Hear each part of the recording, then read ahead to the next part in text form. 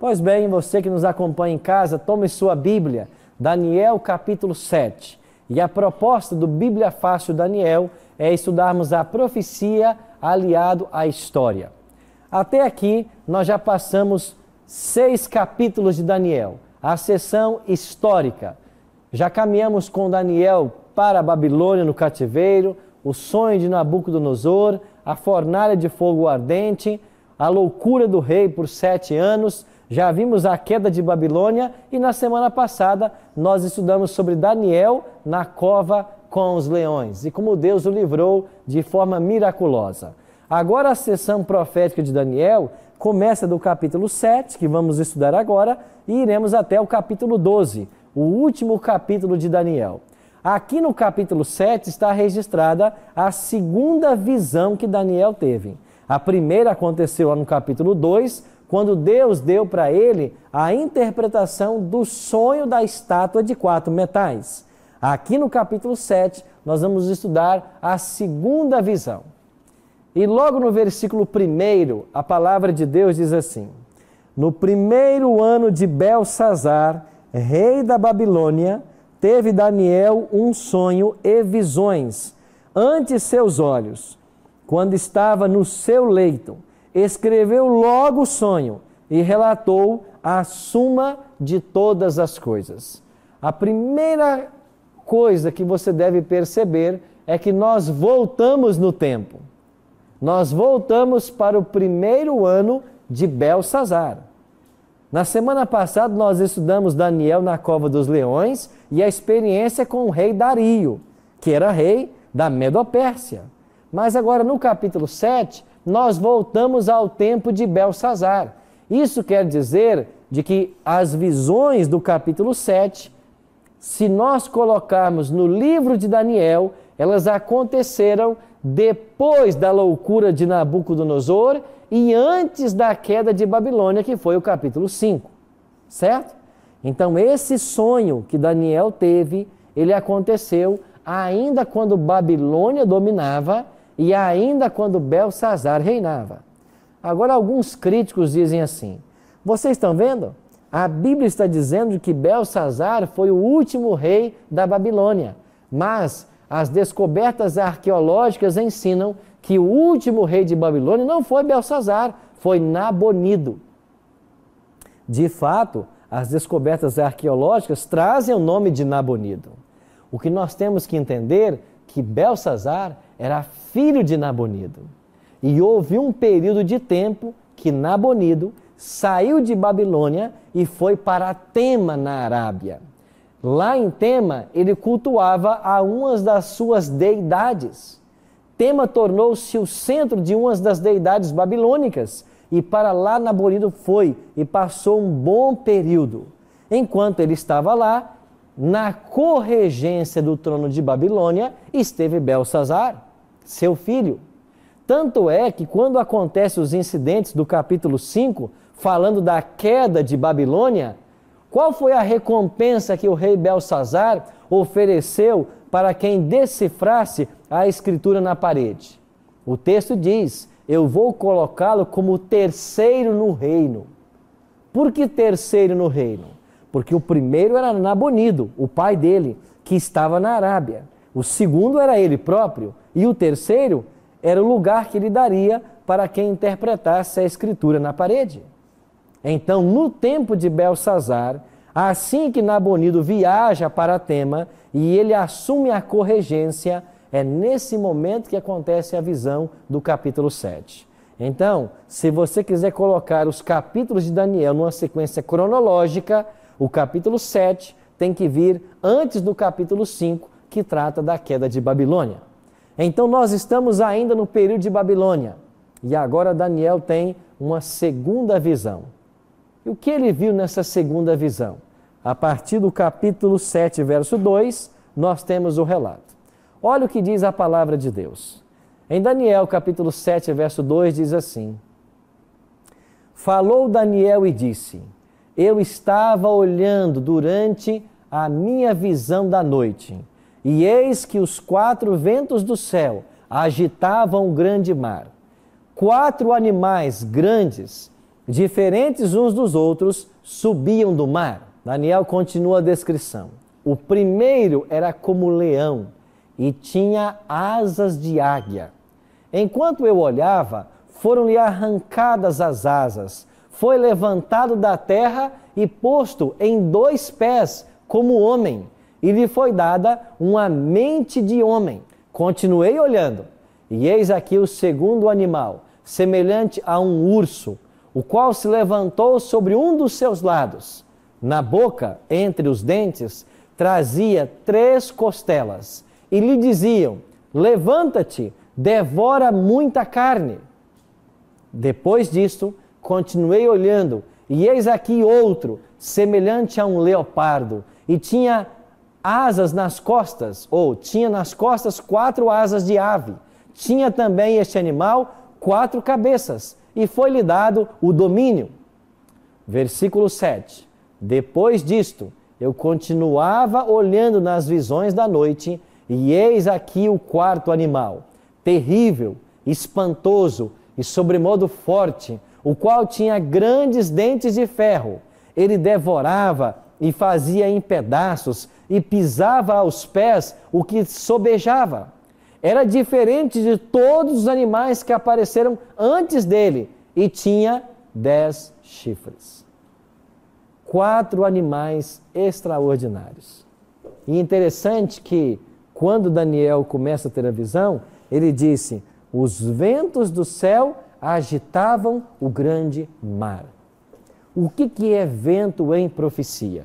E aqui um ponto interessante, você que nos acompanha em casa, ao estudarmos as profecias de Daniel e Apocalipse, nós temos que entender de que as profecias, elas estão mescladas com simbolismo. O primeiro simbolismo que aparece aqui são ventos. E quando aparece vento na profecia, qual é o significado? Os ventos indicam movimentos diplomáticos, bélicos, políticos que movem a história da humanidade. Eu vou ler um texto com vocês que nos ajuda a entender isto. Olha o que Deus escreveu através do profeta Jeremias, no capítulo 49, verso 36. Trarei sobre Elão os 4 ventos dos 4 ângulos do céu, e os espalharei na direção de todos esses ventos. E não haverá país onde não venham os fugitivos de Elão. Você percebe que Deus está usando uma linguagem para dizer de que a ação dele vai espalhar o reino de Elão, e a ação divina é comparada ao vento. Eu trarei os ventos sobre Elão. Ou seja, Deus iria agir. Então, o vento na profecia indica a ação divina para com os reinos dos homens. Ações políticas, ações bélicas que o próprio Deus levanta para a consecução dos seus propósitos. Agora, nessa primeira visão, foi dito de que os ventos do céu agitavam o grande mar. O que representa mar em profecia? Vamos olhar um verso do profeta Isaías para entendermos o simbolismo. Ai do bramido dos grandes povos, que bramam como bramam os mares, e do rugido das nações que rugem como rugem as impetuosas águas. Você percebe que Isaías 17:12 está mesclando a expressão, comparando os povos com os mares? Se você for para Apocalipse capítulo 17 também, lá fala das águas onde a meretriz está assentada.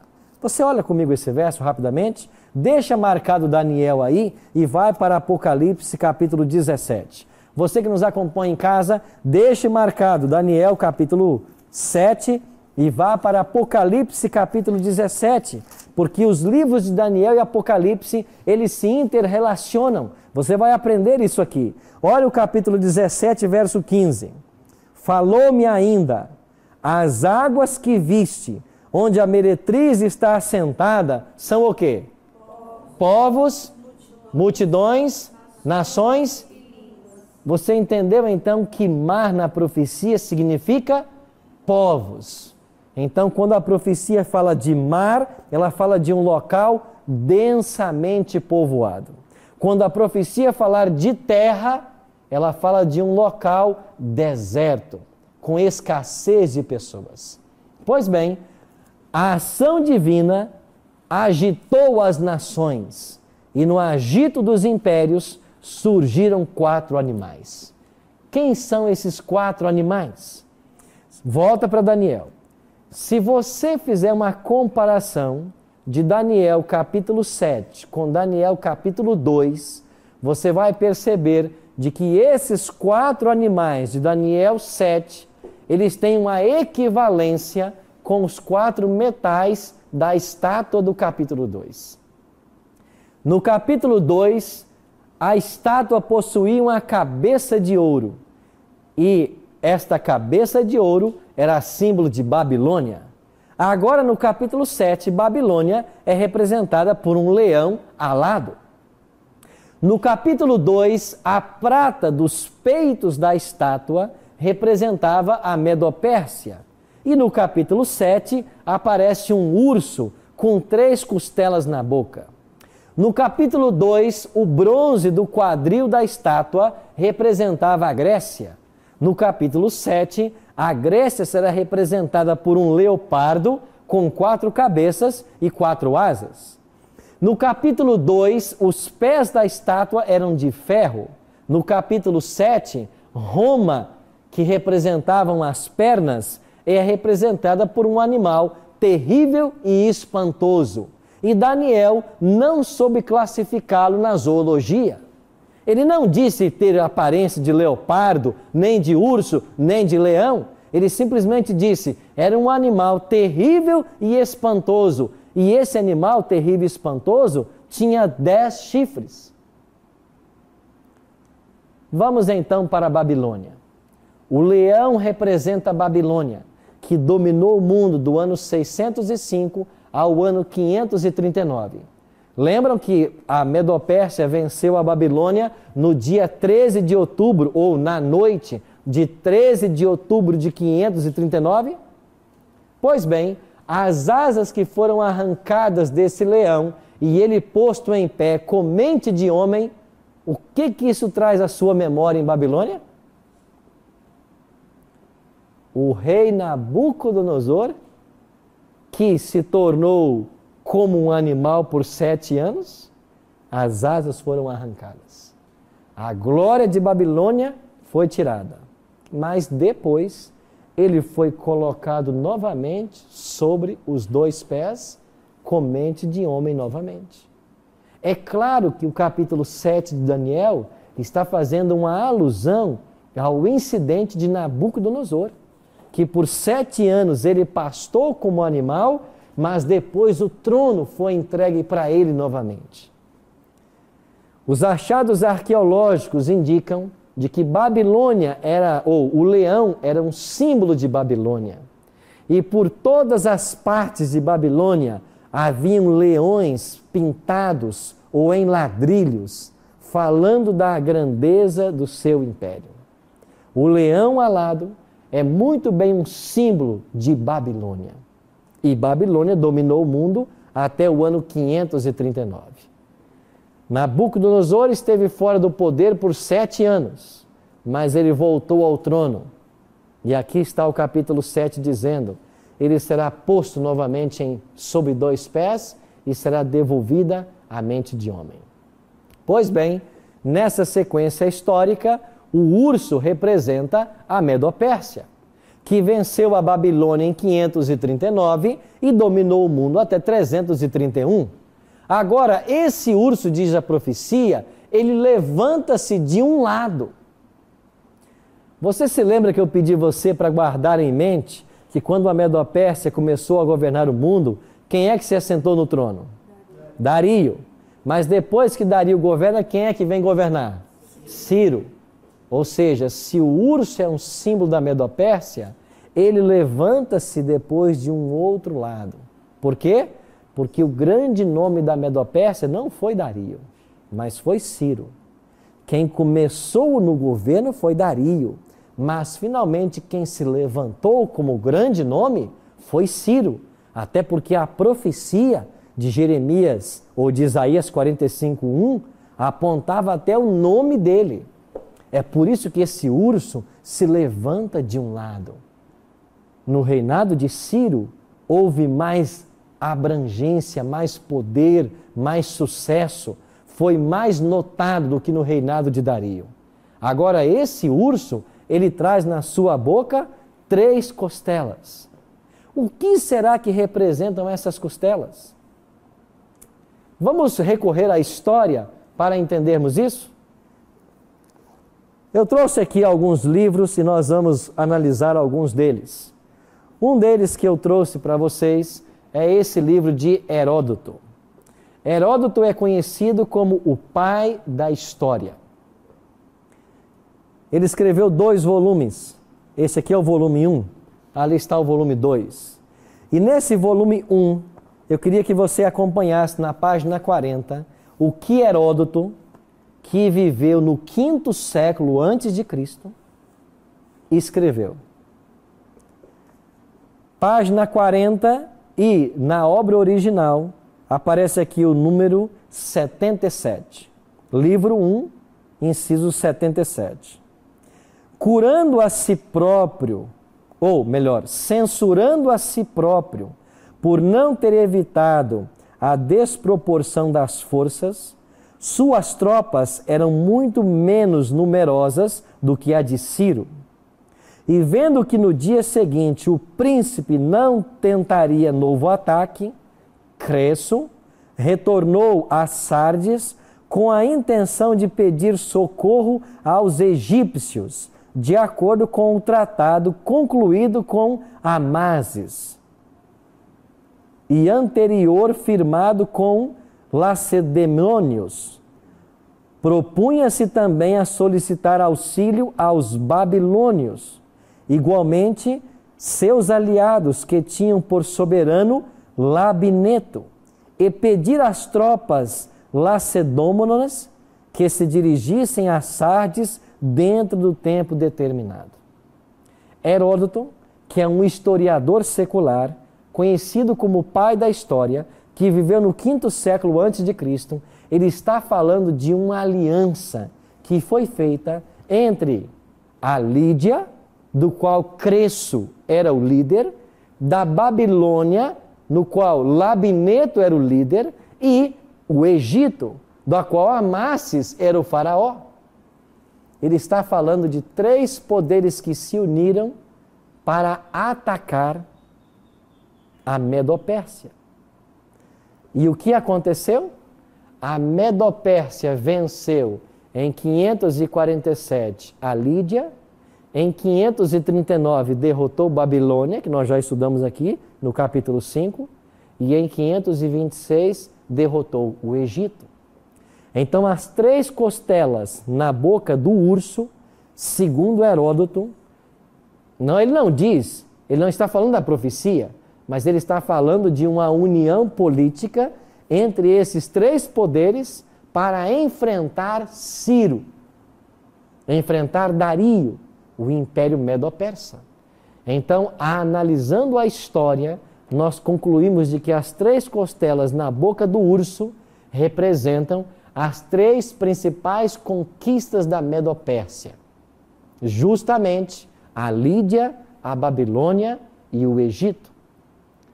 Mas a profecia não para por aí. Agora aparece um terceiro animal. Quem representa esse animal? Nós iremos para um breve intervalo e assim que voltarmos, nós iremos buscar na história a interpretação para a profecia. Não saia daí, já já estaremos de volta.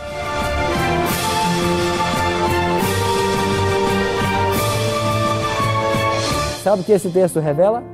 de que o profeta Daniel não entendeu tudo o que ele viu em visão. Ele não chegou a essa compreensão que hoje nós temos. E por que não chegou? Porque o anjo disse para ele: Daniel, você não entendeu tudo que viu, né? Mas sela o livro até o tempo do fim. E nós estamos vivendo o tempo do fim. Eu já disse para vocês de que os anos de 1798 e 1844, eles indicam o tempo do fim. E esse tempo já chegou. Por isso nós compreendemos essas profecias. Na semana que vem, nós iremos aprender com detalhes o chifre pequeno e o que ele representa. Por ora, assim como Deus controla a história das nações, Ele deseja controlar a sua vida. O mesmo cuidado que Deus teve com Daniel, de revelar a ele tudo o que ele precisava saber, Deus terá com você e vai lhe revelar tudo o que você precisa saber.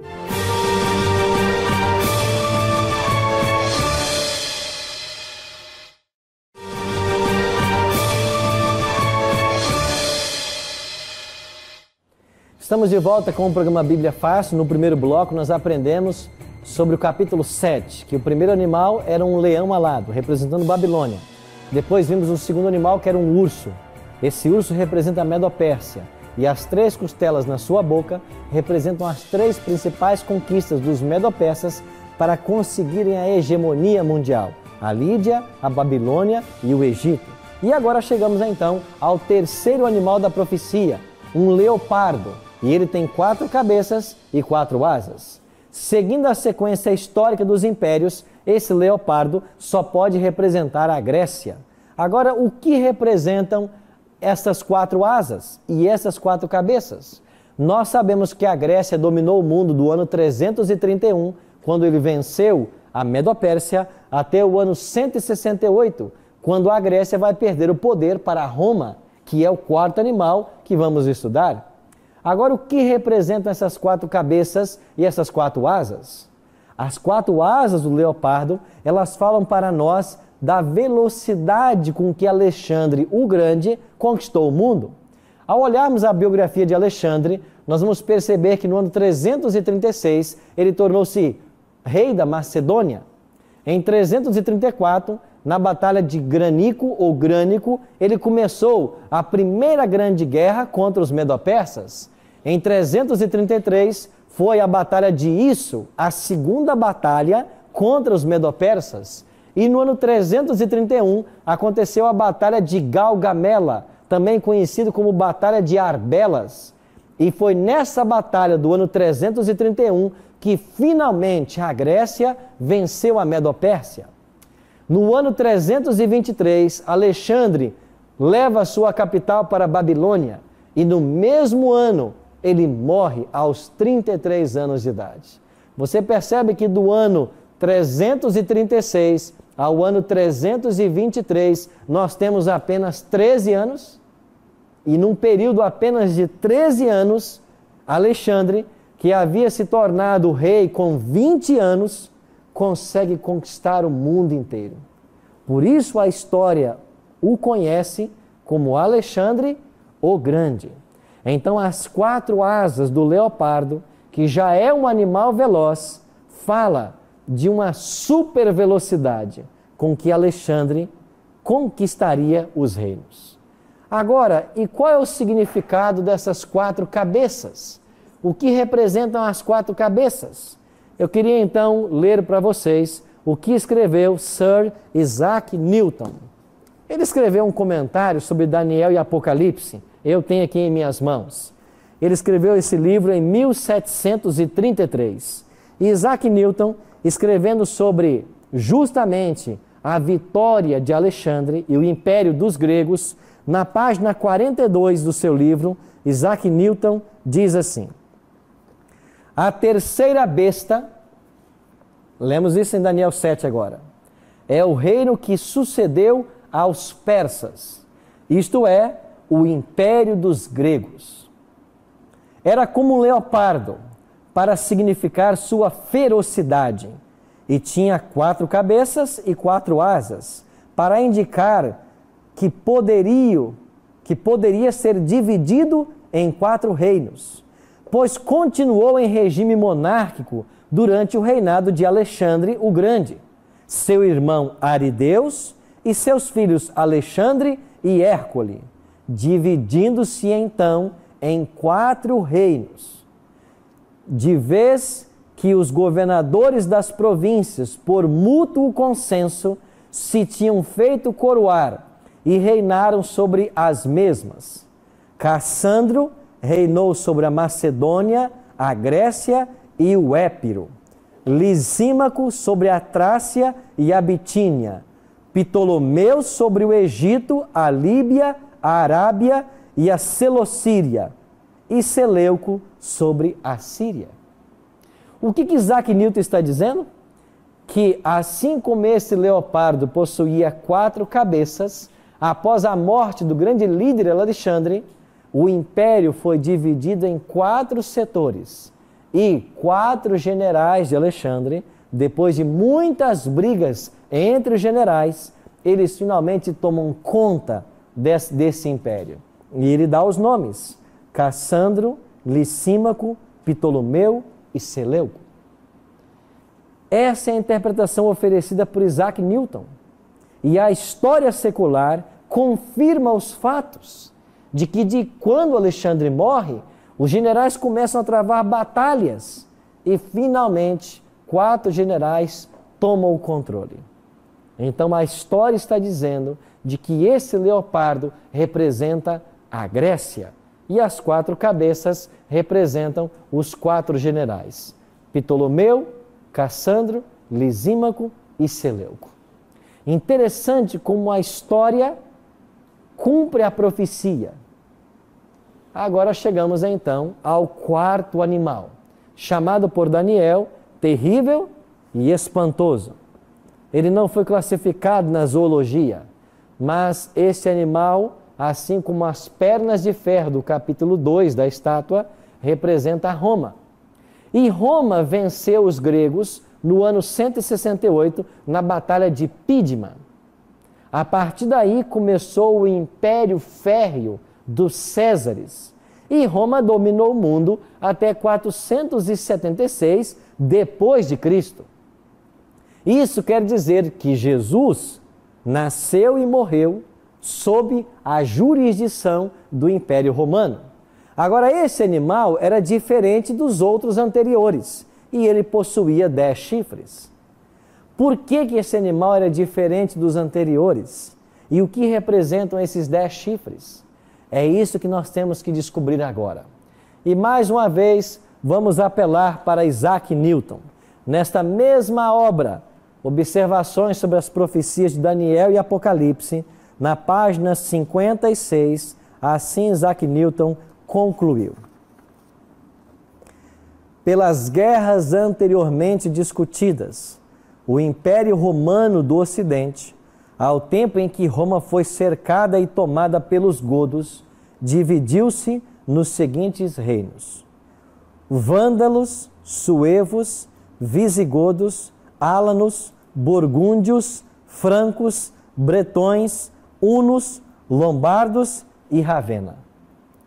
Sabe o que Isaac Newton está dizendo? Os 10 chifres desse quarto animal representam 10 tribos bárbaras que finalmente destronariam o Império Romano.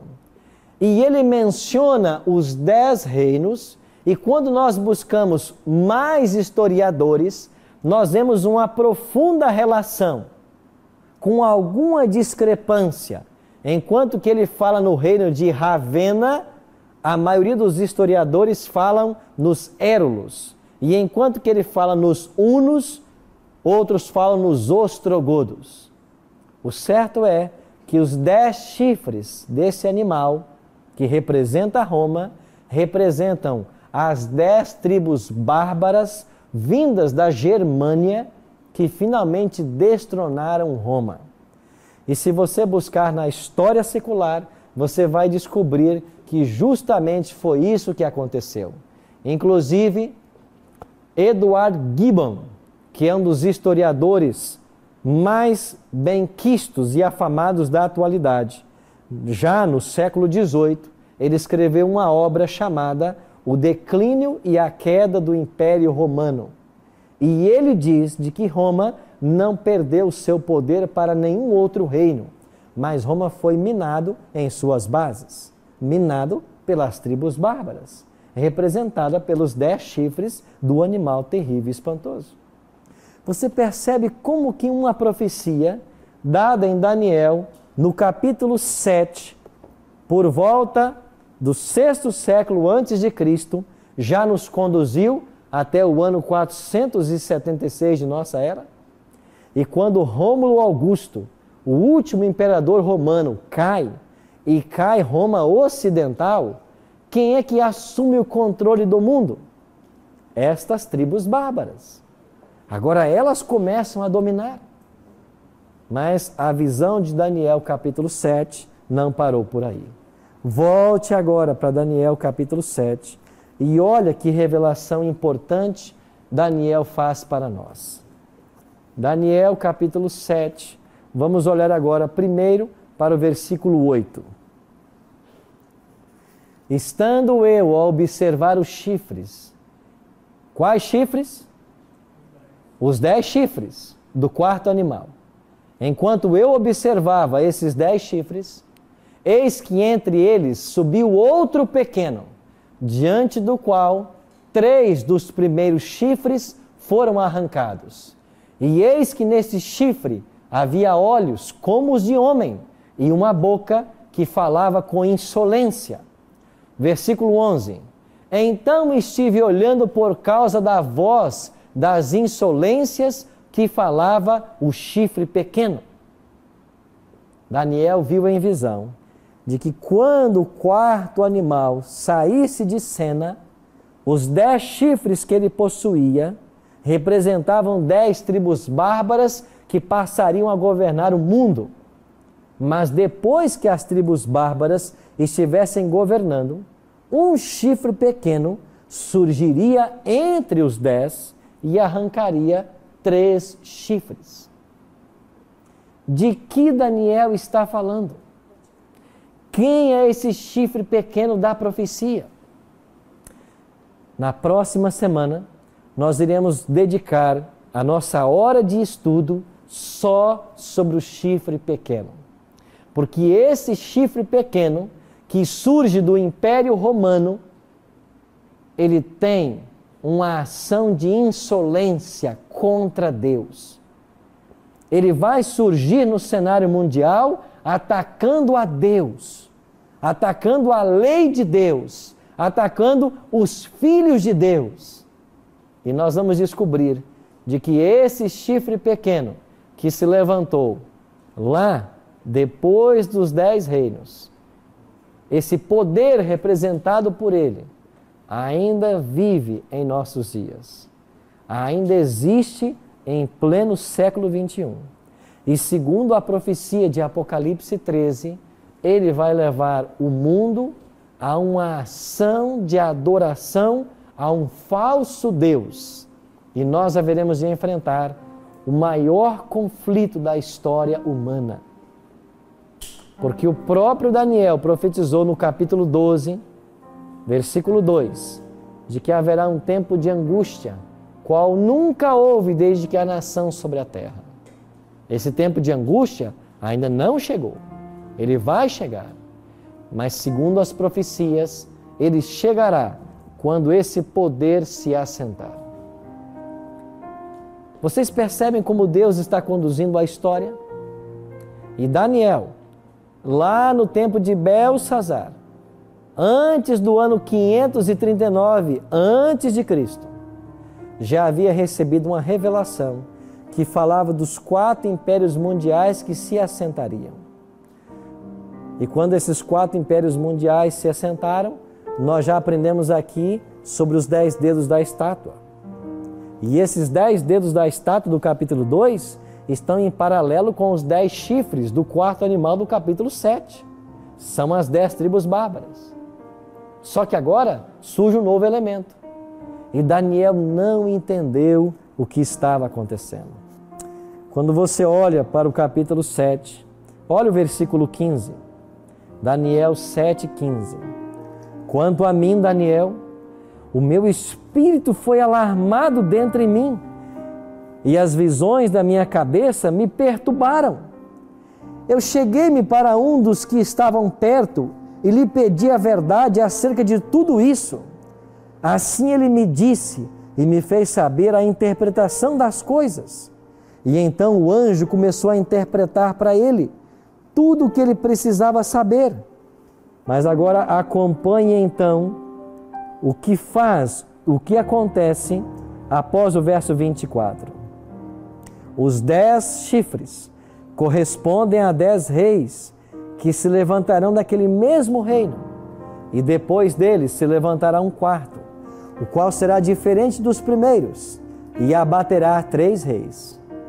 Esse chifre pequeno, que abaterá 3 reis, ele proferirá palavras contra o Altíssimo, ele magoará os santos do Altíssimo, e cuidará em mudar os tempos e a lei, e os santos lhe serão entregues nas mãos por um tempo, 2 tempos, e metade de um tempo, mas depois se assentará o tribunal, para lhe tirar o domínio, para o destruir e o consumir até o fim. O reino e o domínio e a majestade dos reinos debaixo de todo o céu serão dados ao povo dos santos do Altíssimo, e o seu reino será reino eterno, e todos os domínios o servirão e lhe obedecerão. Aqui terminou o assunto. Quanto a mim, Daniel, os meus pensamentos muito me perturbaram, e o meu rosto se empalideceu, mas guardei no coração estas coisas. Sabe o que esse texto revela? De que o profeta Daniel não entendeu tudo o que ele viu em visão. Ele não chegou a essa compreensão que hoje nós temos. E por que não chegou? Porque o anjo disse para ele: Daniel, você não entendeu tudo que viu, né? Mas sela o livro até o tempo do fim. E nós estamos vivendo o tempo do fim.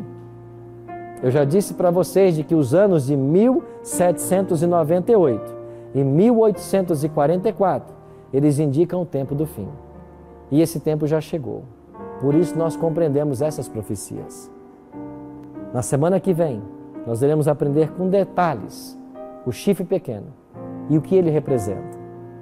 Por ora, assim como Deus controla a história das nações, Ele deseja controlar a sua vida. O mesmo cuidado que Deus teve com Daniel, de revelar a ele tudo o que ele precisava saber, Deus terá com você e vai lhe revelar tudo o que você precisa saber. E a partir de hoje, você começará a ter revelações extraordinárias com base nesse livro de Daniel. E a pergunta que eu faço para você é: quando você tiver as revelações desse livro, quando verdades forem colocadas diante de você, quando critérios, conceitos e ideologias começarem a ser destruídas, qual será a